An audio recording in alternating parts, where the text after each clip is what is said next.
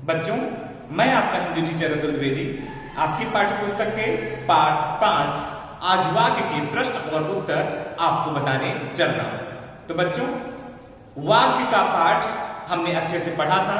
वाक्य के बारे में हमने अच्छे से जानकारी प्राप्त की थी। वाक्य की परिभाषा के बारे में हमने जानकारी प्राप्त की थी कि किसी के क्या करें, अपने मन के भाव या किसी के भाव या विचार को प्रकट करने में समर्थ सार्थक शब्दों के समूह को हम क्या कहते हैं बच्चों? वाक्य कहते हैं। ठीक है। और हमने क्या जाना था? वाक्य के कितने भेद होते हैं? तो वाक्य के 2 भेद होते हैं। ये हमने जाना था। कौन कौन से होते हैं? उद्देश्य और दूसरा विधेय।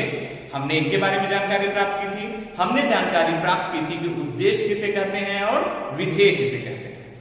उद्देश्य के बारे में हमने जाना था कि वाक्य में जिसके भी विषय में कुछ कहा जाता है उसे हम उद्देश्य कहते हैं। और विधेय के बारे में हमने जाना था कि उद्देश्य के विषय में जो कुछ कहा जा रहा है उसे हम विधेय कहते हैं। ठीक है।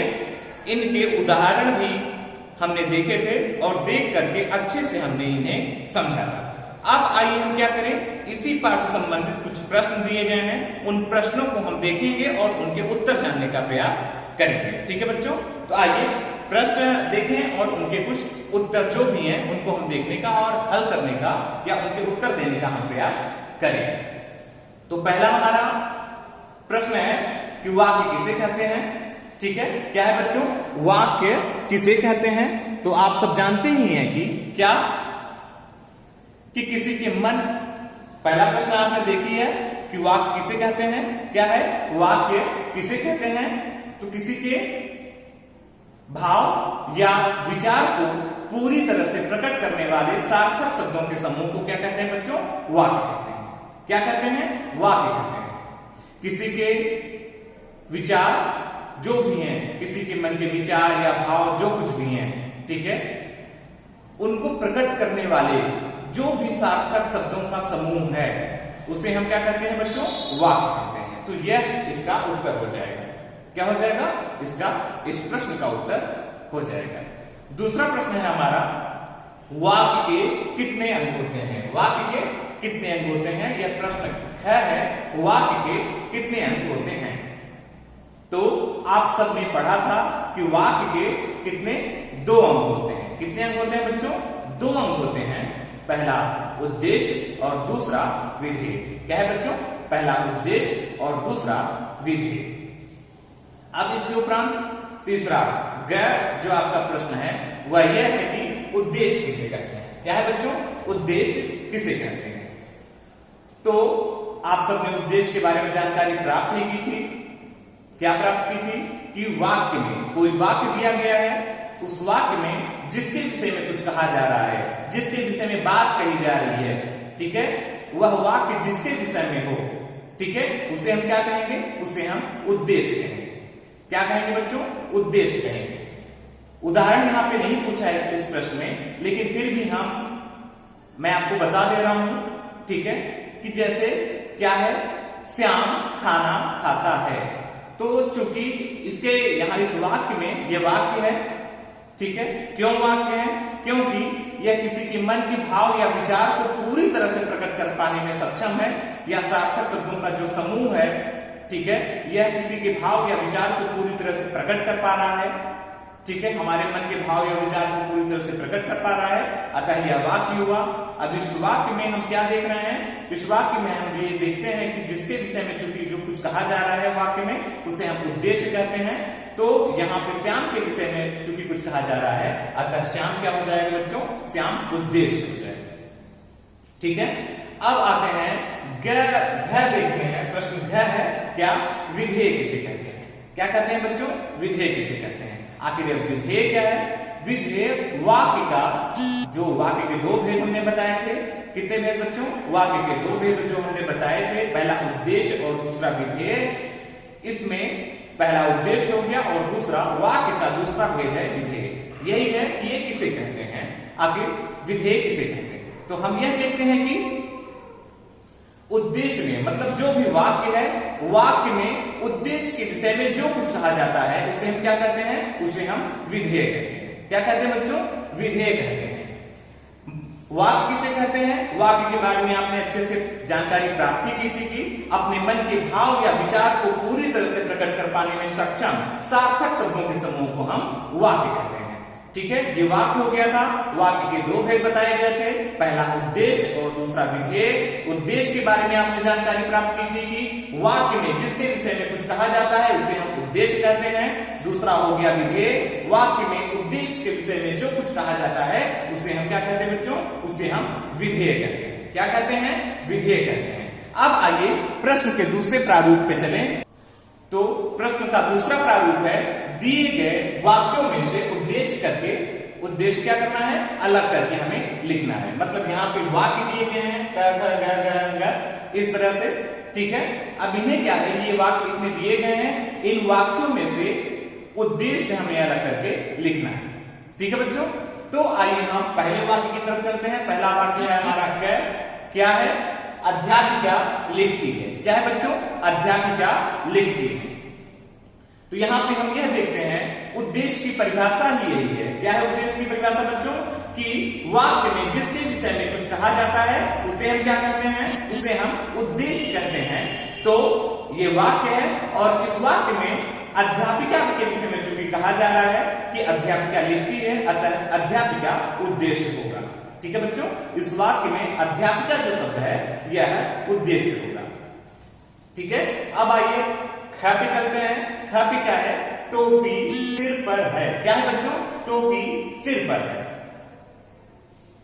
अब हम यहां पे देखते हैं उद्देश्य की परिभाषा यही कहती है कि वाक्य में उद्देश्य के विषय मतलब जिसके विषय में कुछ कहा जाता है उसे हम उद्देश्य कहते हैं। तो टोपी सिर पर है, चूंकि टोपी के विषय में कुछ कहा जा रहा है, जो टोपी शब्द है, टोपी के विषय में कुछ कहा जा रहा है, टोपी के विषय में बात कही जा रही है कि टोपी क्या है बच्चों? सिर पर है। कहां है? सिर पर है, अतः टोपी क्या हो जाएगी? यहाँ पे उद्देश्य हो जाएगा। इस वाक्य में टोपी उद्देश्य हो जाएगा। अब आइए ग पे चलते हैं। मोर नाचता है। क्या हो जाएगा बच्चों? मोर नाचता है, ग है, मोर नाचता है, यह ग वाक्य है। इस वाक्य में हमें देखना है कि उद्देश्य कहां पे है या उद्देश्य कौन सा है, उसे अलग करके लिखना है।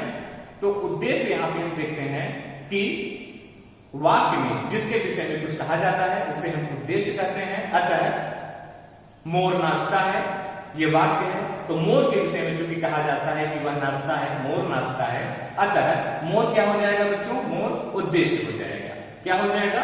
मोर उद्देश्य हो जाएगा। अब आइए हम देखते हैं घर में कि क्या है? क्या? गाय घास चरती है। क्या है बच्चों? गाय घास चरती है। इस या जो वाक्य है गाय घास चरती है, इसमें हमें इससे उद्देश्य अलग करना है कि इस वाक्य में उद्देश्य क्या है। ठीक है, तो उद्देश्य की परिभाषा है क्या है कि वाक्य में जिसके विषय में भी कुछ कहा जाता है उसे हम क्या कहते हैं? उद्देश्य कहते हैं। क्योंकि यहाँ पे इस वाक्य में क्या कहा गया है? गाय के विषय में चूंकि कुछ कहा जा रहा है, गाय घास चरती है यह कहा जा रहा है, अतः ये क्या हो जाएगा? इसमें गाय उद्देश्य हो जाएगा। ठीक है, गाय क्या हो जाएगा? ये गाय जो शब्द है यह उद्देश्य हो जाएगा। अब आइए हम ग में चलते हैं। ग में क्या है? राम दौड़ता है। क्या है? राम दौड़ता है। यह वाक्य यहां पे दिया गया है, राम दौड़ता है। इसमें क्या करना है बच्चों? इस वाक्य से हमें उद्देश्य अलग करके लिखना है। तो चूंकि उद्देश्य की परिभाषा है कि वाक्य में जिसके विषय में कुछ कहा जाता है उसे हम उद्देश्य कहते हैं, अतः यहाँ पे इस वाक्य में किसके विषय में? राम के विषय में कहा जा रहा है कि राम दौड़ता है, अतः राम उद्देश्य हो जाएगा। ठीक है बच्चों, राम उद्देश्य हो जाएगा। अब आइए हम क्या करते हैं कि प्रश्न के तीसरे प्रकार में चलते हैं। मतलब उत्तर देने का यह तीसरा प्रकार है, किस फॉर्मेट में हमें जवाब देना है। ठीक है, तो प्रश्न का तीसरा प्रकार आइए देखते हैं कि दिए गए वाक्यों में से सही शब्दों पर क्या करना है? सही का चिन्ह लगाना है। दिए गए वाक्यों पे सही का मतलब अगर वो सही है तो उनके सही का उनके सामने निशान लगाना है, और अगर गलत है तो क्या करना है? दो शब्द दिए गए हैं। ठीक है, मतलब कुछ शब्द दिए गए, मतलब कुछ वाक्य दिए गए हैं, तो उन वाक्यों में एक सही शब्द दिया गया है और एक गलत शब्द दिया गया है। जो सही शब्द है उस पे हमें क्या करना है? उसके ऊपर, उस शब्द के ऊपर हमें टिक करना है या उसके ऊपर जो है हमें सही का निशान लगाना है। तो आइए देखें, ये प्रश्न का प्रारूप है, तरीका है।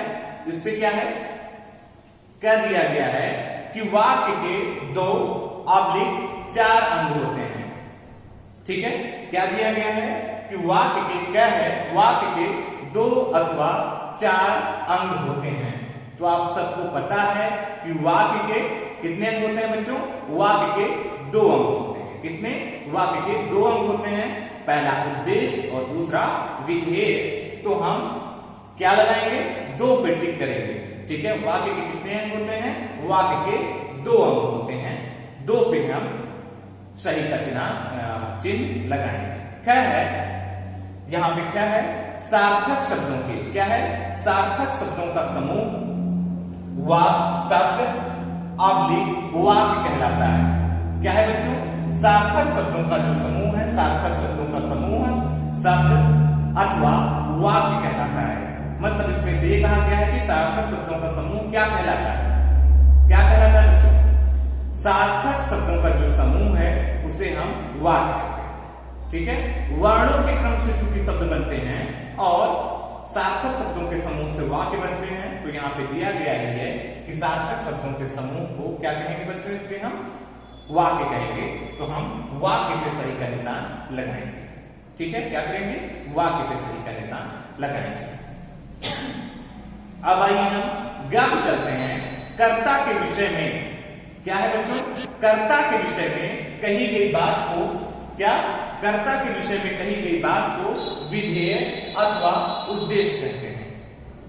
ये यहां पे क्या है, ठीक है, इसमें कहा गया है कि कर्ता के विषय में कही गई बातों को, क्या, कर्ता के विषय में कही गई बातों को क्या कहते हैं, विधेय अथवा उद्देश्य कहते हैं। क्या कहते हैं, विधेय के उद्देश्य, कर्ता के विषय में कही गई बात को क्या कहते हैं, बताइए।